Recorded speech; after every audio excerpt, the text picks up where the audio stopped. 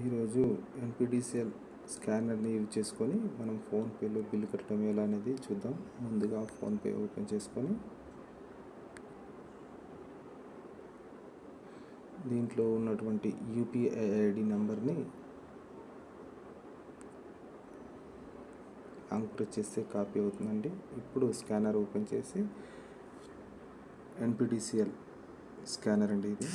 దీన్ని స్కాన్ చేసిన తర్వాత ఓపెన్ లింక్ అని వస్తుంది.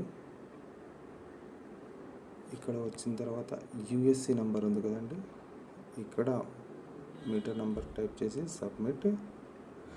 నెక్స్ట్ మనం ఏదైతే మీటర్ నెంబర్ కొట్టినామో అది వాళ్ళ పేరు కరెక్ట్గా ఉందో చూసుకొని సబ్మిట్ ప్రెస్ చేసి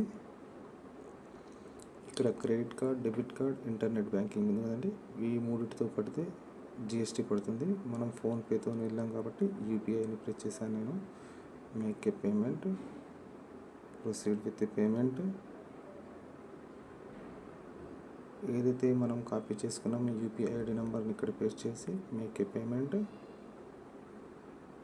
ఇప్పుడు నార్మల్ మెసేజ్లోకి మెసేజ్ వస్తుందండి, అప్పటి వరకు మనం వెయిట్ చేయాలి. ఆ మెసేజ్లో వచ్చినటువంటి లింక్ని ప్రెస్ చేస్తే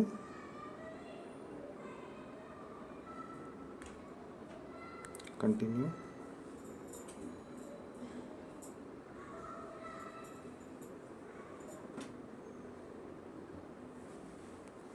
పే. ఇక్కడ పాస్వర్డ్ టైప్ చేస్తే మన పేమెంట్ సక్సెస్ఫుల్ అయిపోతుందండి. Thank you.